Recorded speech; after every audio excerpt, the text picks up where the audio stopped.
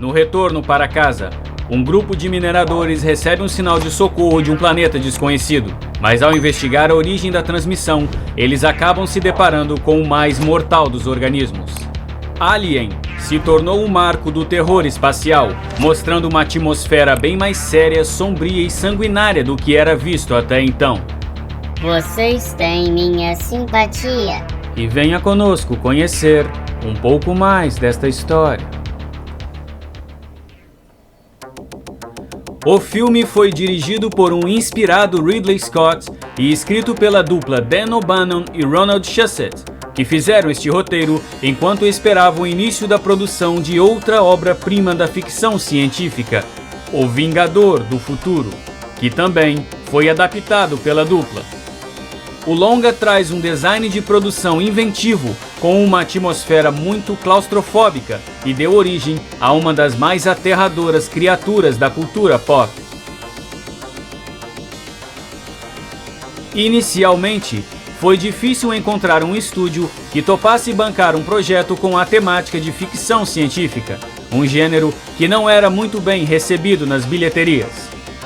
Mas depois do sucesso meteórico de Guerra nas Estrelas, o jogo virou e a 20th Century Fox providenciou os recursos para dar início à produção do filme.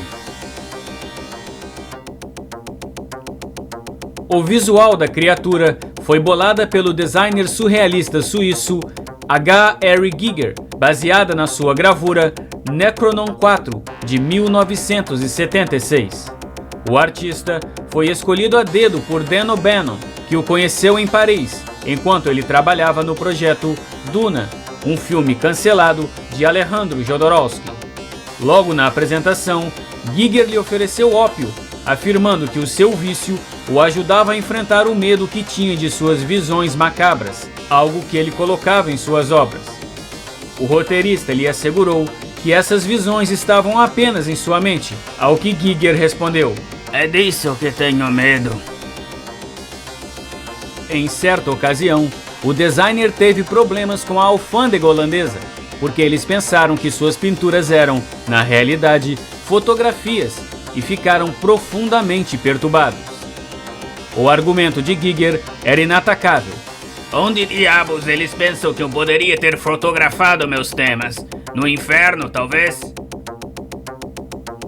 Além de Alien, o artista tem um largo histórico criando capas para álbuns musicais de vários artistas no decorrer dos anos, como por exemplo Emerson Lake Palmer, Debbie Harris, Danzig e Celtic Frost. Uma nota de rodapé no script de Alien informava que a equipe é unissex e todas as partes são intercambiáveis entre homens e mulheres, mas os roteiristas preferiam que a personagem de Ripley, interpretada magistralmente por Sigourney Weaver, fosse um homem, para evitar o recurso clichê de Final Girl, usado comumente em filmes de terror, como a Jamie Lee Curtis, do filme Halloween. Entretanto, os produtores acharam que seria mais fácil conseguir financiamento desta forma. Afinal, a Fox estava produzindo 2 filmes com protagonistas femininas: Julia, com a atriz Vanessa Redgrave, e Momento de Decisão, com a atriz Annie Bancroft. Weaver quase foi substituída ao início das gravações, devido ao fato de estar tendo erupções na pele ao contracenar com Jonesy, seu bichinho de estimação, que era interpretado por 4 gatos idênticos. Para a produção, seria mais simples trocar uma atriz alérgica a gatos a ter que encontrar mais 2 pares de felinos idênticos. Felizmente, foi descoberto que a origem do problema era uma reação à glicerina, passada em seu corpo para fazê-la parecer suada. Enquanto negociavam com a Fox, o diretor Ridley Scott acabou fazendo storyboards de todo o enredo do filme e enviando para a produtora, que acabou ficando tão impressionada com a visão e riqueza de detalhes fornecidos pelos desenhos que dobrou o orçamento do longa apenas baseado neles. O nome da nave mineradora Nostromo foi retirada de um livro de 1904 com o mesmo nome, do autor Joseph Conrad. Esta não é a única referência ao trabalho do escritor no filme, já que a cápsula de fuga utilizada por Ripley se chama Narciso, que é parte do título de outra obra do autor, O Negro de Narciso. Na cena onde os membros da Nostromo visitam a assustadora câmara de ovos, existe uma distinta iluminação azul. Essas luzes foram emprestadas pela banda inglesa The Who, que estava testando alguns efeitos de iluminação para sua próxima turnê, em um palco que ficava ao lado de onde o filme estava sendo gravado. Em uma das mais memoráveis cenas do longa, o nascimento do xenomorfo através do peito de Kane, interpretado pelo ator John Hurt, o diretor resolveu deixar todo o restante do elenco no escuro. Eles sabiam que uma criatura iria emergir e já conheciam a marionete, mas não esperavam o banho de sangue que viria a seguir. Assim, toda a reação da equipe durante a cena foi feita em uma única tomada e é completamente genuína. O ator Yaphet Kotto, que interpreta Parker, ficou tão chocado que se trancou em seu quarto logo após a cena e se recusou a sair pelo resto do dia. Outra sequência icônica é a aparição do Space Jockey, e ela quase foi cortada pela Fox devido à sua escala. Na época, o custo para fazer algo tão gigantesco seria proibitivo ao orçamento, mas Scott tirou um belo truque da manga. Ao invés de produzir o objeto na escala original, ele foi criado em tamanho bem menor, e os filhos de Ridley Scott e de um membro da equipe fizeram o papel dos atores originais.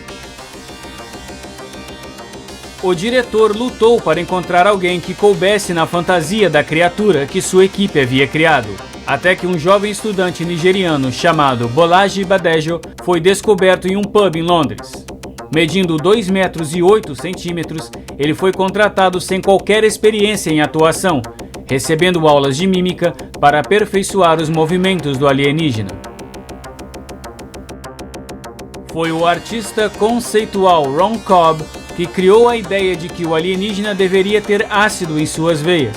Isso surgiu quando o roteirista Dan O'Bannon não conseguiu bolar uma razão pela qual a equipe da Nostromo não poderia atirar na criatura.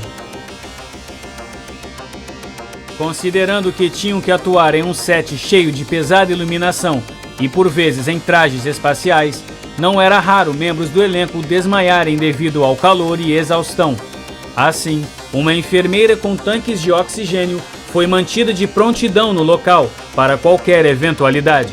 Finalmente, foram feitas algumas modificações nos trajes espaciais, o que deixou a coisa um pouco mais confortável. Ridley Scott faz uma ponta no longa que você talvez não tenha notado. Na cena onde algo se mexe dentro de um ovo alienígena, são as mãos do diretor cobertas com luvas que dão vida à criatura. O facehugger originalmente seria verde, para dar continuidade à tradição de alienígenas possuírem essa pigmentação. Entretanto, o roteirista Dan O'Bannon achou tão interessante o tom de pele das criaturas antes da pintura que acabou decidindo manter este visual como definitivo.